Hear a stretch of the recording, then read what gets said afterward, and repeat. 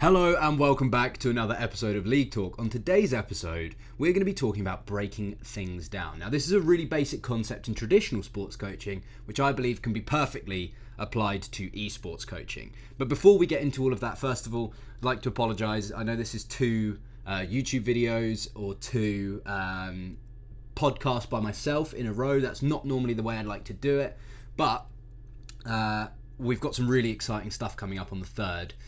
All to do with the UKLC, so it's going to be an amazing sort of 8 days, 9-10 days of content coming through from the 3rd to about the 10th or 11th, depending on how things go, which is already underway. That's taken up so much of my time, so that's why we've been in the position that we're in, and I'm doing 2 videos like this in a row. But wow, let's get into it. I hope you enjoy this video and I hope you enjoy this podcast. For those of you who don't know, this is both audio and video now. So all podcasts that are by myself will be uploaded to the League Talk YouTube channel. If you just Google, put into YouTube League with a capital E -talk, it should come all the way through for you. So the links will be in the description regardless. If you're watching this on video, you can find it on the podcast and vice versa. But let's get straight into it, too much waffle. So the theory of breaking things down comes from traditional sports, right? And it can be key to understanding and most importantly improving. What we'll do is we'll relate this to the sports that I teach. So for example, tennis is the one that I teach the most. And in tennis, what we're going to do now is we're going to apply this to the serve.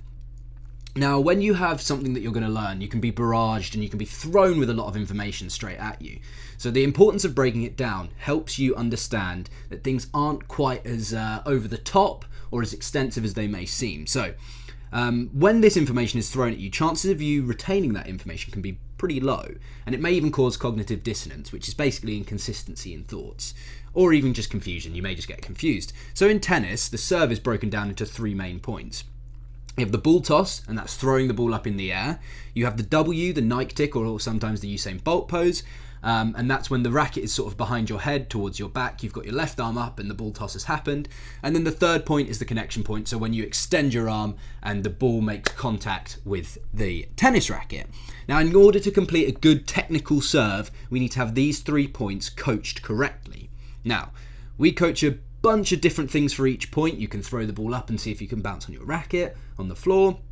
You can throw the ball up and throw another ball to see if your timing's right. There's loads and loads of different things.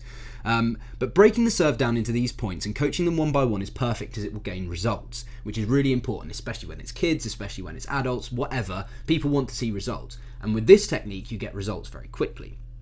What you can then do is add in things on top. So for example, you might teach these 3 points and then work on your timing. You might teach these 3 points and work on a top spin serve, or one that spins to the side, or one that's flat, or one that has aim. So there's a bunch of different things that you can add on top, and obviously this is just a really good way to coach things. Now, it's great because what it does, once coached one by one, is it gives you the building blocks as well. It helps you with understanding, and it simplifies things that can first seem really complex.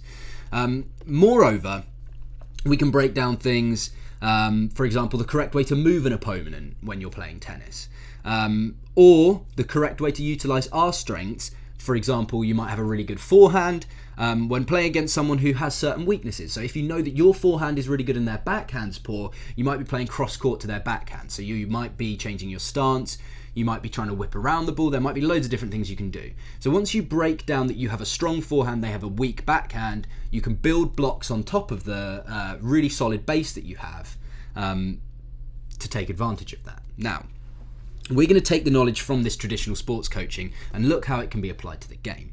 Now, firstly, of course, this can be done with learning techniques such as facets of laning or warding by continuously adding new information.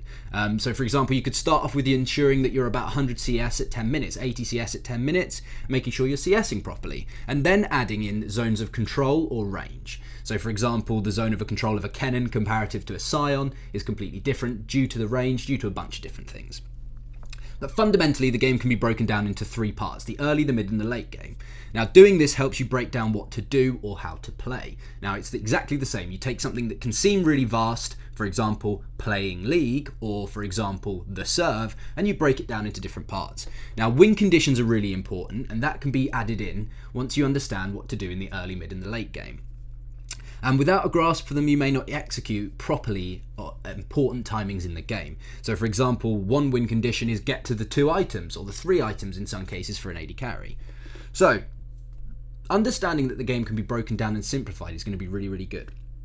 Helps you understand what you should be doing in the early game, helps you understand what you should do in the mid game, and helps you understand what you could do in the late game. Also helps you understanding your win conditions, so the things that your champion or your team need to do in order to win the game. So for example, one team might have a Zac, which is really important to get into a team fighting phase, or to be ganking early with your E. There's loads of different win conditions, and what we're going to do now is we're going to take a team composition and break it down, and take it from the opinion of one of the junglers. So the example team comp is going to be a team fight versus a split push. Now, split push could be a 4-1 or it could be a 1-3-1. Now, if we look at a standard team fighting comp, could be Sion in the top lane, engage. Could be Zac in the jungle, tanky, engage again. Could be Cassio, a control mage, Cassiopeia in the mid lane. It could be Severe AD carry and Alistair at support. Now this is a really sort of classic team fighting comp. You have 2 really big damage dealers, you have lots of engage, you have big beefy front line. You might even sub out the Alistair for a Karma or a Janna, something with peel as well. But that's a really, really classic team fighting composition. Now, if we look at split push on the other hand, you might have something like Jax in the top lane, someone who wants to be in a side lane. And the other side laner might be Akali in the mid lane. Then you could have Gragas at jungle, as I said, Akali mid lane, and then an Ezreal Tahm Kench bot lane. Something along those lines. Both of these team comps are relatively normal, relatively expected in the current meta at the time of this recording. Maybe not Jax, maybe if you throw a Camille in there or something like that. The top lane's a bit of an interesting one. It could even be a Kennen, although that is team fighting. Kennen does like to be in a side lane sometimes. So let's break this whole thing down now. So you've got these 2 team comps. You've got a Sion, a Zac, a Cassio, a Severe and a Janna. That is your first team fighting composition versus Jax, Gragas, Akali, Ezreal and Tahm, the split pushing composition, people who like to be in side lanes. Now, if I am the Gragas in this scenario, so my team is Jax, Akali, Ezreal and Tahm, this team comp to execute properly is difficult, but to put it really, really simply, you can break down the game into what you should be doing in the early game, the mid game and the late game. Now, in the early game, the focus for Gragas might be to get the top and the mid lane strong, might be ganking that lane in order to ensure that they're strong in their side lane. Now, when these 2, Jax might go in the side lane, Akali might go in a side lane, it might be a 1 in top, 3 in the mid, and 1 in the bottom, or it could just be Jax in the side lane and then 4 in mid. It depends how the team sort of plays. But Gragas' job in the early game is to ensure that the top and the mid are strong, so when they go into the side lane, you have to send more than one person to match them. Now, the other important thing is to make sure that bot lane can farm safely and they don't get ganked and heavily ganked. So one thing that you could be doing as Gragas in the early game is trying to focus on finding the opposition jungle of Zac. So maybe you're putting wards down, you're focusing on the bottom scuttle crabs, you're focusing on getting the scuttle crabs, your deep vision, maybe working with the support to get vision early game. And then when you get into the mid game and even the late game, in the 1-3-1 it's really important to be able to disengage. Now, if you in this scenario have the Sion, the Zac and the Alistair maybe, or a Janna, it depends on what support they've taken, that's an awful lot of engage, and it's an awful lot of long distance engage as well. So what Gragas needs to do in the early and mid game is when the team gets split into the 1-3-1 is to disengage properly from the mid lane. Now, what we've done there is we've broken down the early game, we've broken down the mid game. So comparative to just going in head, balls deep and going crazy and trying to figure out what the right thing to do is in game, now we've assessed the situation before the game's even started, we know what we should be doing. Again, this is something that's relatively common in League, but for people who don't do this, this is definitely something that could be added in. As I was saying, Gragas' job is to disengage when the team is in 1-3-1, so the AD and the support don't get caught. Now, brilliantly for this team, they do have a Tahm Kench, so Ezreal's already mobile enough, they also have a Tahm Kench, so that is relatively safe.